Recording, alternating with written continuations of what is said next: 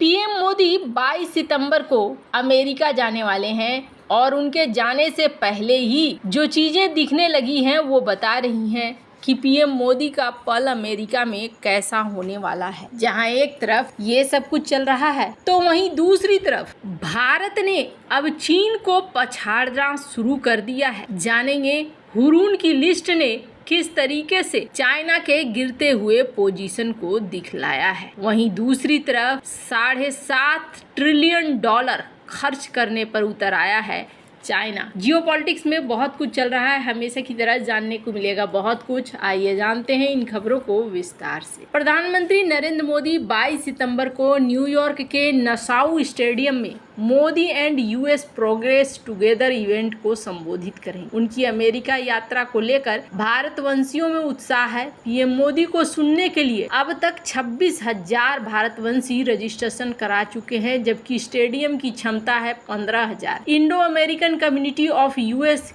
इस कार्यक्रम का आयोजन कर रहा है। IACU के मुताबिक रजिस्ट्रेशन कराने वाले भारतीयों की संख्या 30,000 से पार हो सकती है। IACU ने कहा है कि सबको स्टेडियम में बैठाया जाए, इसकी व्यवस्था की जा रही है। मोदी 2014 में न्यूयॉर्क के मेडिसन स्क्वायर गार्डन और 2019 में ह्यूस्टन स्टेडियम में हाउडी मोदी कम्युनिटी इवेंट को संबोधित कर चुके हैं। इन दोनों इवेंट में भी बड़ी संख्या में भारतीयों ने शिरकत करी थी। पीएम मोदी के कार्यक्रम में शामिल होने के लिए अमेरिका के 50 में से 42 राज्यों से भारतीयों के आने की संभावना है। IACU के मुताबिक सबसे ज्यादा registration New York, new Jersey, Connecticut, Texas और फ्लोरिडा से हुए हैं। 590 भारतीय अमेरिकी समुदाय संगठन प्रधानमंत्री मोदी के कार्यक्रम को सफल बनाने में जुटे हुए हैं। भारतीय अमेरिकियों के धार्मिक और भाषाई संगठन इसमें शामिल है। पीएम मोदी के इस कार्यक्रम में साइंस, इंटरटेनमेंट, बिजनेस सेक्टर से जुड़े सफल भारतवंशी भी शामिल होंगे। पीएम मोदी 26 सितंबर को न्यूयॉर्क में UN जनरल असेंबली के 79वें सेशन को संबोधित करेंगे। UN के अनुसार इस दिन अहम देशों के शासन प्रमुखों का संबोधन होगा। UN का सेशन 24 से 30 सितंबर तक चलेगा। UN के महासचिव एंटोनियो गुतारेस के अनुसार सत्र में भविष्य के लिए वैश्विक डिजिटल ब्लूप्रिंट पर समझौते होंगे। आपको बता दें, पीएम मोदी ने 2021 में UN सेशन को संबोधित किया था। अब आने वाले समय में ये देखने वाली बात होगी कि दोनों देशों का रिश्ता कैसे रहता है, क्योंकि बहुत सारी चीजें यहाँ निर्भर करेंगी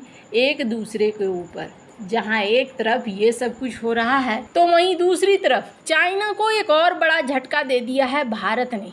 और आपको बता दूं, मुंबई ने अब चीन की राजधानी बीजिंग को पीछे छोड़ दिया है। मुंबई अब एशिया के अरबपतियों की राजधानी बन गई है। 2024 में हुरून इंडिया रिच लिस्ट के अनुसार मुंबई भारत के अमीर लोगों के लिए भी टॉप सिटी है, जिसके बाद नई दिल्ली और हैदराबाद का स्थान है। राज्यवार आंकड़ों पर गौर करें तो महाराष्ट्र 470 अरबपतियों के साथ सबसे आगे है, जबकि दिल्ली में 213 अरबपति रहते हैं। गुजरात में इनकी संख्या 129 है। इसके बाद गुजरात तीसरे नंबर पर है, जबकि तमिलनाडु, तेलंगाना, कर्नाटक अगले 3 स्थानों पर है। अमीरों के लिए पसंदीदा आवासों की टॉप 20 लिस्ट में किसी नए राज्य का नाम शामिल नहीं हुआ है। हुरून इंडिया की लिस्ट में मुंबई में 58 लोगों को नया जोड़ा गया है, जिनके एसेट्स में बढ़ोतरी दर्ज की गई है, जबकि नई दिल्ली में ऐसे 18 लोगों को शामिल किया गया है। रिलायंस इंडस्ट्री के चेयरमैन मुकेश अंबानी और उनका परिवार महाराष्ट्र में सबसे अमीर है, जबकि HCL के चेयरमैन शिव नादर और उनका परिवार नई दिल्ली में सबसे अमीर है। सिटी वाइज बात करें तो हैदराबाद में 17 नए अमीर लोगों का नाम शामिल हुआ है। इसके बाद बेंगलुरु में 100, चेन्नई में 82 और कोलकाता में 69 नए अमीरों का नाम जोड़ा गया है। इंदौर और जयपुर में 9 अमीर लोग इस सूची में पहली बार शामिल हुए हैं। ये जो हुरून की लिस्ट आई है, हुरून की लिस्ट ने बहुत सारी चीजों को एकदम से दरकिनार कर दिया है। हुरून इंडिया रिच लिस्ट 2024 की फहरिस्त में 384 अरबपति शामिल हैं। अदानी ग्रुप के मालिक गौतम अदानी इसमें पहले नंबर पर हैं। रिलायंस इंडस्ट्री के मुकेश अंबानी दूसरे स्थान पर हैं। हरून इंडिया रिच लिस्ट में शाहरुख खान से लेकर अमिताभ बच्चन, ऋतिक रोशन, जूही चावला जैसे कई सुपरस्टार्स के भी नाम दर्ज किए गए हैं। लेकिन आपको बता दूं, सबसे युवा अरबपति ये जो देख रहे हैं 19 साल की उम्र में हरून इंडिया रिच लिस्ट का हिस्सा बने हैं। इस हस्ती को लगातार तीसरी बार देश के सबसे युवा अरबपति का टैग मिला है और ये हैं क्विक डिलीवरी प्लेटफॉर्म ज़ेप्टो के को फाउंडर कैवल्य वोहरा। कैवल्य वोहरा लगातार 3 साल से हरून इंडिया रिच लिस्ट के सबसे युवा अरबपति हैं।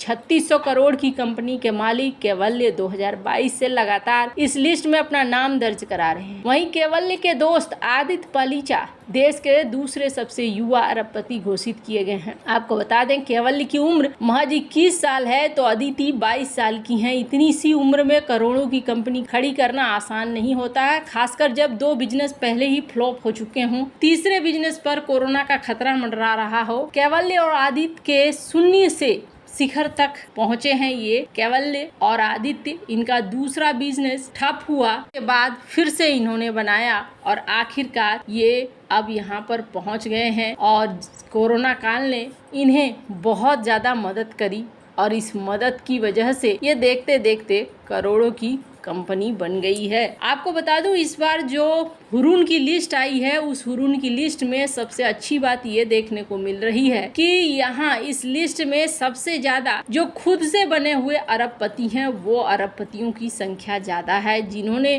खुद से मेहनत करी और खुद से मेहनत करके चीजों को हासिल किया है। भारत को लेकर हुरून की लिस्ट सबसे पहले 2012 में आई थी और उसके बाद अब लगातार आ रही है और लगातार यहाँ पर देखने को मिल रहा है कि भारत यहाँ आगे बढ़ रहा है। सबसे बड़ी बात ये देखने को मिली, एक तो राजधानी चीना, पहले ये माना जाता था चाइना का बीजिंग सबसे ज्यादा अरबपतियों वाला राजधानी है, तो वहीं अभी हो गया है कि नहीं, एशिया में मुंबई है जो सबसे बड़ा और अरबपतियों की लिस्ट में काफी ऊंचाई पर है। पर चाइना के अंदर 25% अरबपतियों की संख्या घटी है। वहीं बात करें भारत के अंदर तो 29% अरबपतियों की संख्या बढ़ी है और भारत में कुल 334 बिलियनर्स हो गए हैं। बिलियनर्स मतलब हो गया कि करीब करीब $1 बिलियन इनके पास है। 8300 करोड़ रुपए एक शख्स के पास, इसके ऊपर हैं ये लोग, वैसा नंबर्स है। अगर हम बात करें भारतीय अरबपतियों की संख्या 1000 करोड़ वाले, तो ऐसे कम से कम 1540 होंगे जो भारत में होंगे और वो भी सिर्फ वो जिनको आधिकारिक तौर पर जाना गया है। बहुत सारे ऐसे हैं जिनके बारे में कोई डिटेल नहीं पता है। अब इस लिस्ट को अगर आप गौर से देखेंगे तो आपको समझ में आ जाएगा कि भारत के किस क्षेत्र में किसने सबसे ज्यादा पैसे बनाए हैं। इस लिस्ट में अगर देखें तो यहाँ पर सबसे पहले तो फैमिली बिजनेस वालों में गौतम अदानी, मुकेश अंबानी, शिव नादर, साइरस पुणेवाला, दिलीप संघवी, कुमार मंगलम बिरला,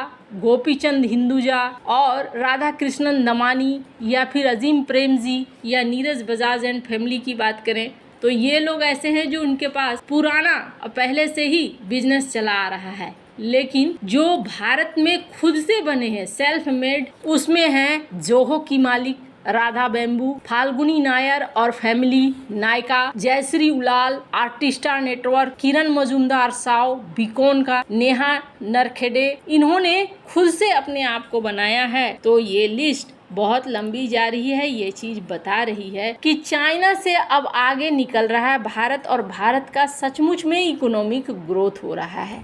वैसे आपको क्या लगता है इन सब मामले में, आपकी क्या राय है, कमेंट कर जरूर बताएं। जल्द मिलते हैं अगले वीडियो में नई खबर के साथ।